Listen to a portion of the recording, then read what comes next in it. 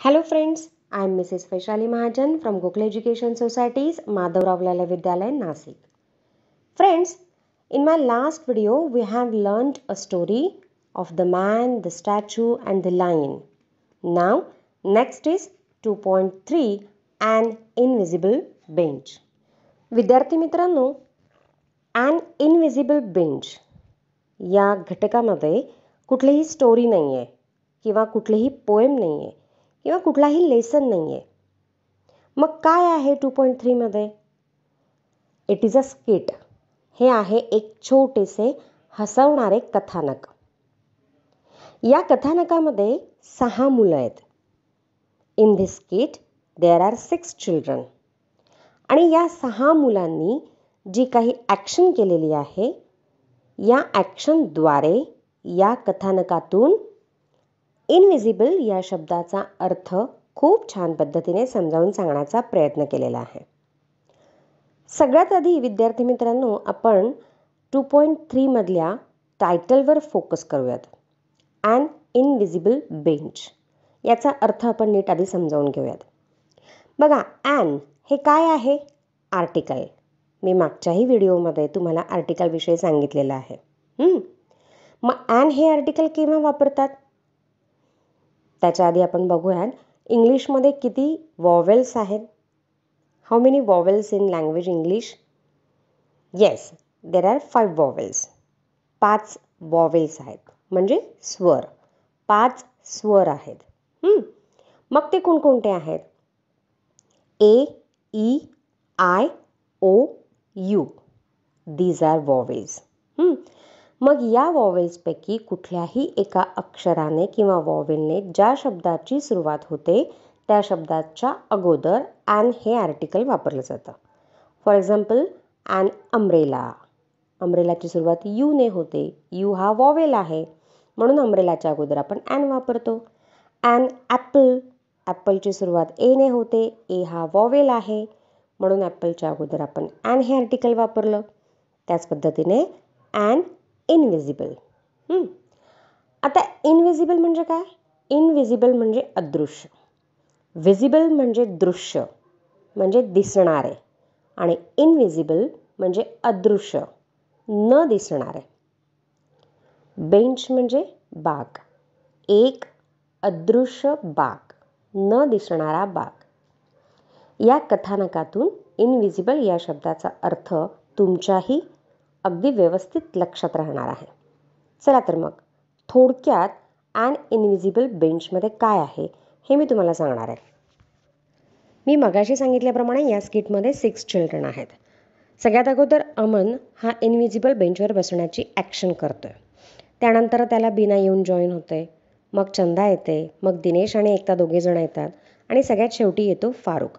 आणि हे 6 मुलं मिळून इनविजिबल बेंचवर बसण्याची ॲक्शन करतात. त्यानंतर फारुख त्यांना सांगतो की अरे, या इनविजिबल बेंचला तर मी आत्ताच कलर दिलेला आहे, इनविजिबल पेंट केलेला आहे. तुम्ही कसं काय बसला त्याच्यात? मग ही 5ही मुलं, अमन, बीना, चंदा, दिनेश अँड एकता, ही 5ही मुलं पटकन त्या इनविजिबल बेंचवरून उठण्याची ॲक्शन करतात आणि आपल्या कपड्यांना रंग लागलेला आहे. ते रंग लागल्यानंतर आपली जी रिॲक्शन असते ती रिॲक्शन त्यांच्या ॲक्शनमध्ये आपल्याला दिसून येते. आणि मग त्यांचे इनविजिबल सूट्स ते चेंज करतात. नंतर इनविजिबल सूट्स फोल्ड करतात, म्हणजे घडी घालतात. या सगळ्या ॲक्शन्स त्याच्यामध्ये दाखवलेल्या आहेत. आणि सगळ्यात शेवटी फारुख त्यांना सांगतो की पलीकडच्या हॉलमध्ये इनविजिबल केक्स सर्व केले जातात, म्हणजे सगळ्यांना इनविजिबल केक्स दिले जातात खाण्यासाठी. मग ही मुलं पटकन त्यांच्या हातातला इनविजिबल बेंच खाली टाकतात आणि इनविजिबल केक खाण्यासाठी धावतात, पळतात. अशा प्रकारे हे हसणारं आणि हसवणारं स्किट आहे, कथानक आहे.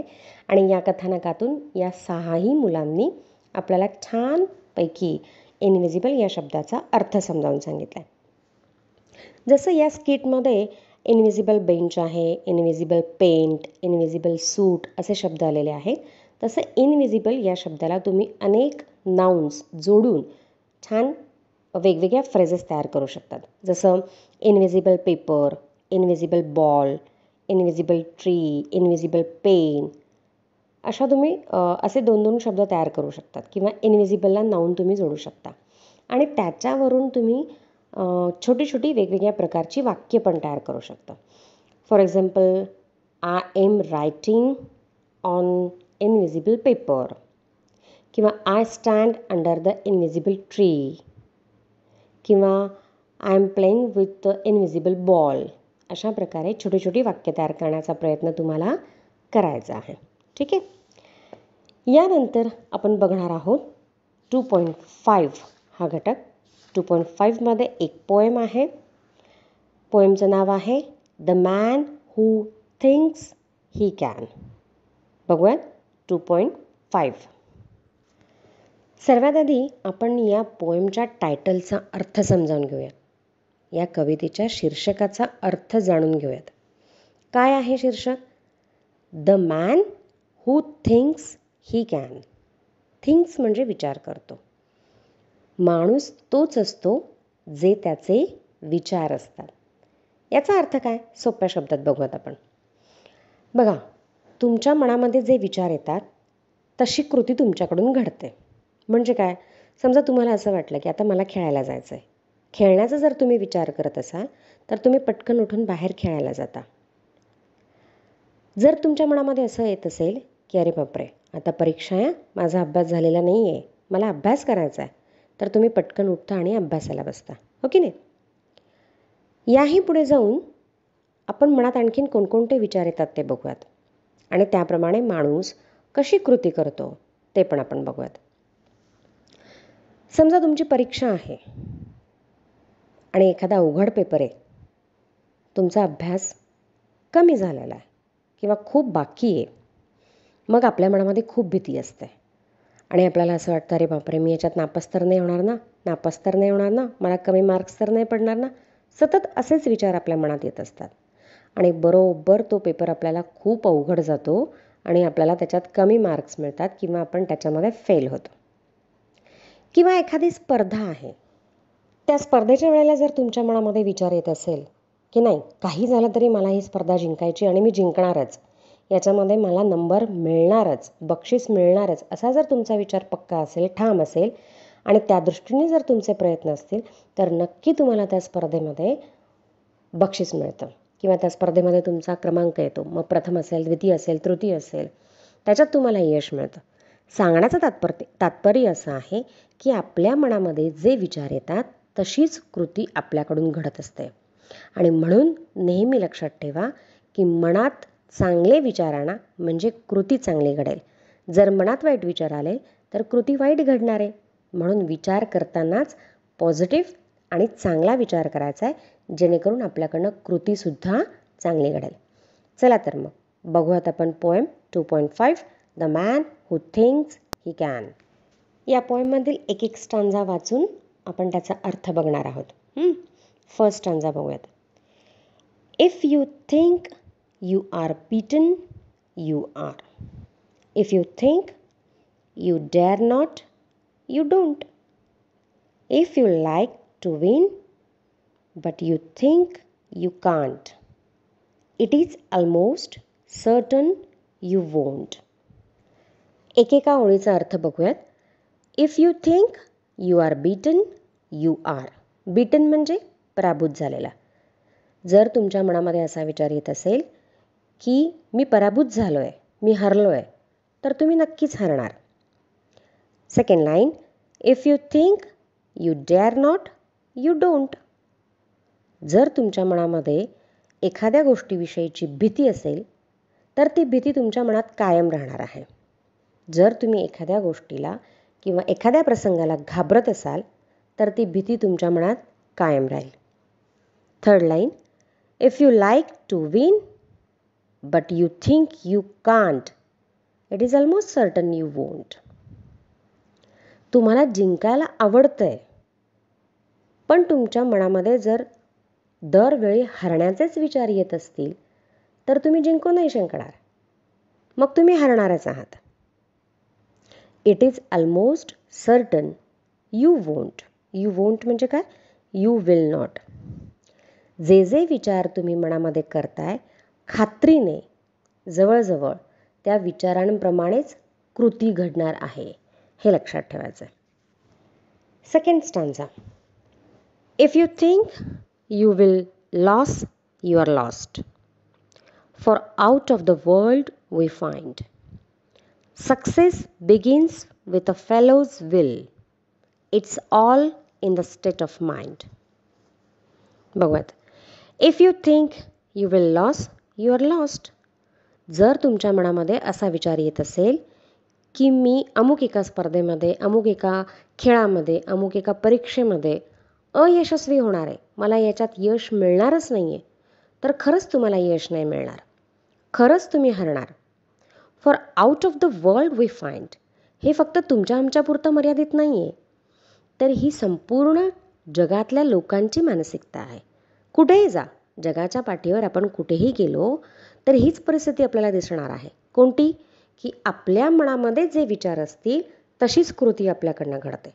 भीती असेल तर आपण घाबरणार, आत्मविश्वास असेल तर आपण जिंकणार, आणि आपण हरणार आहोत हा विचार असेल तर आपण नक्की तिथे हरणार आहोत. Success begins with a fellows will. Fellows will, will म्हणजे इच्छाशक्ती. फेलोज विल म्हणजे व्यक्तीची इच्छाशक्ती. सक्सेस, यश. यशाची सुरुवात ही व्यक्तीच्या इच्छाशक्तीवर अवलंबून असते. व्यक्तीच्या मनामध्ये जर इच्छा असेल, जबरदस्त इच्छा असेल की नाही, काही झालं तरी हे मी जिंकणारच आहे, काही झालं तरी इथे मला यश मिळणारच आहे, हा आत्मविश्वास असेल, ही इच्छाशक्ती असेल, तर त्या इच्छाशक्तीच्या जोरावर ती व्यक्ती त्या स्पर्धेत, त्या परीक्षेत, त्या खेळात यश मिळवून दाखवणार म्हणजे दाखवणार. अशी खूप सारी उदाहरणं आपण आपल्या आजूबाजूला बघत असतो. मग क्रीडा क्षेत्रामध्ये अशी उदाहरणं आपल्याला बघायला मिळतात, शिक्षण क्षेत्रामध्ये बघायला मिळतात, राजकीय क्षेत्रामध्ये आपल्याला अशी उदाहरणं बघायला मिळतात. प्रत्येक क्षेत्रात आपण अशी उदाहरणं बघतो की संकटांचा सामना करून खूप कठीण परिस्थितीतून मार्ग काढत काढत काही व्यक्ती अगदी सामान्य परिस्थितीतून खूप उच्च पदावर गेलेली आहेत. कशाच्या जोरावर? त्यांच्या इच्छाशक्तीच्या जोरावर.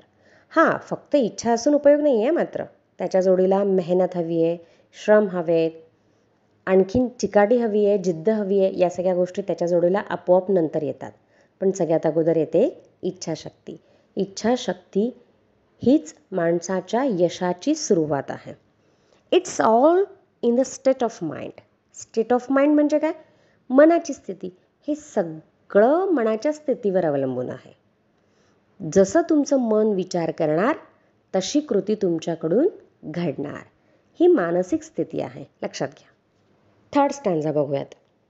If you think you are outclassed, you are. You have got to think high to rise.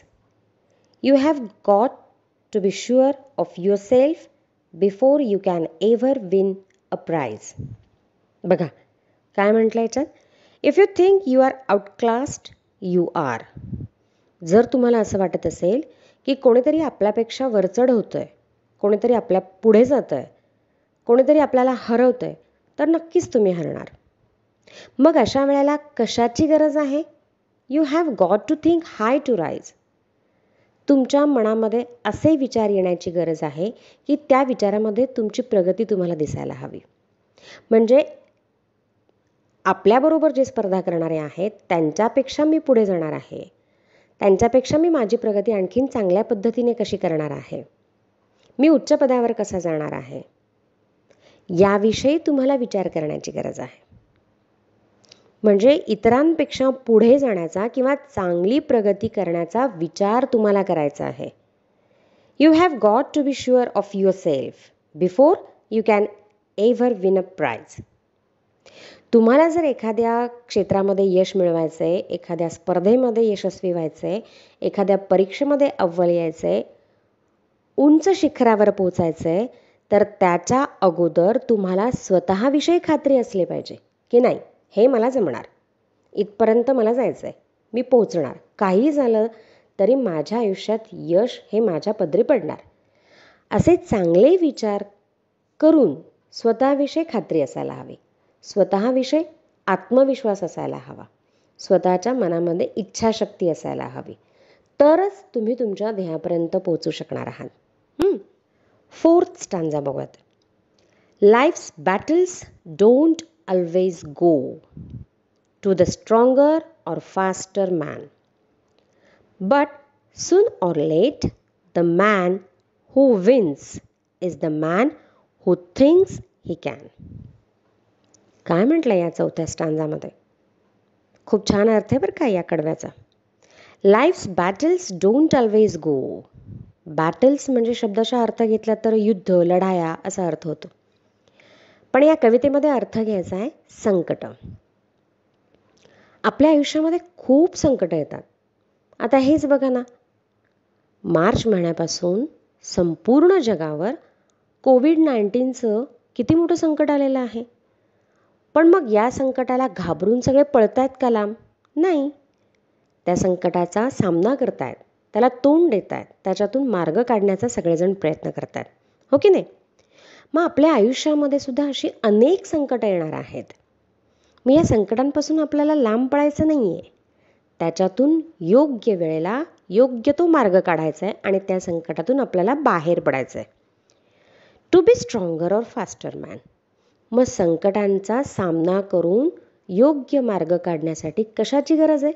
To be stronger. Stronger म्हणजे इतर व्यक्तींपेक्षा आपल्याला ताकदवान व्हायचं आहे. मग फक्त शारीरिकदृष्ट्या ताकदवान व्हायचं आहे का? शरीराने तर ताकदवान व्हायचंच आहे, शरीराची ताकद तर वाढवायचीच आहे, पण त्याचबरोबर मनाची सुद्धा ताकद वाढवायची आहे, बुद्धीची ताकद वाढवायची आहे. मी तर असं म्हणेन की चांगल्या कृतीची सुद्धा ताकद आपल्याला वाढवायची आहे. जर आपल्याला संकटातून योग्य मार्ग काढून बाहेर पडायचं असेल तर. और फास्टर मॅन. आता हे युग फास्ट युग असं मानलं जाते, हो की नाही? योग्य वेळेला योग्य निर्णय पटकन घ्यायचा आणि ताकदवान होऊन पटकन इतरांपेक्षा पुढे आपल्याला जायचं आहे. बट सून और let the man who wins is the man who thinks he can.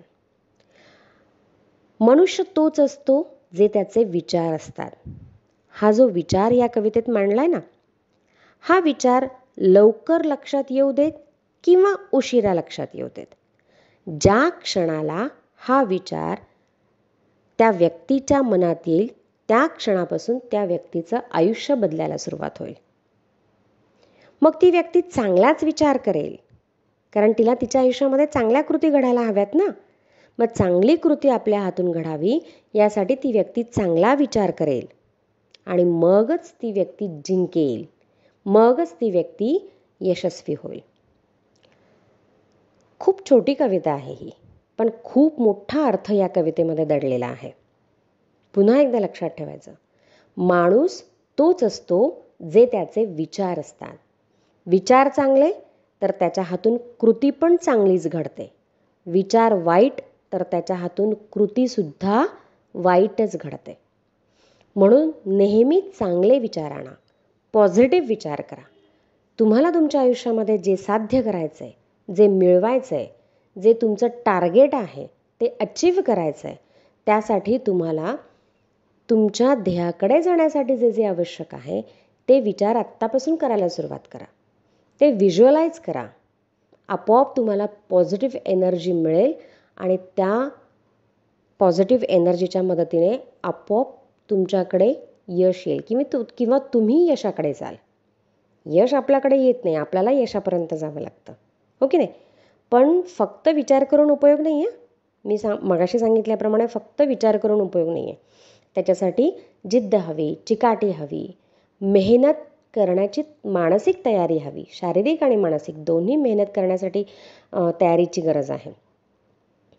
अशा पद्धतीने या कवितेमध्ये खूप छान अर्थ समजावून सांगितलेला आहे. सगळ्यांनाच ही कविता समजलेली असणार आहे. अरे हो, पण एक गोष्ट तर विचारायची राहिलीच तुम्हा सगळ्यांना. घरी आहात ना सगळे? मग ठीक आहे, घरी राहा, सुरक्षित राहा. Stay home, stay safe. पुन्हा भेटूयात आपण आपल्या पुढच्या व्हिडिओमध्ये. तोपर्यंत थँक्यू.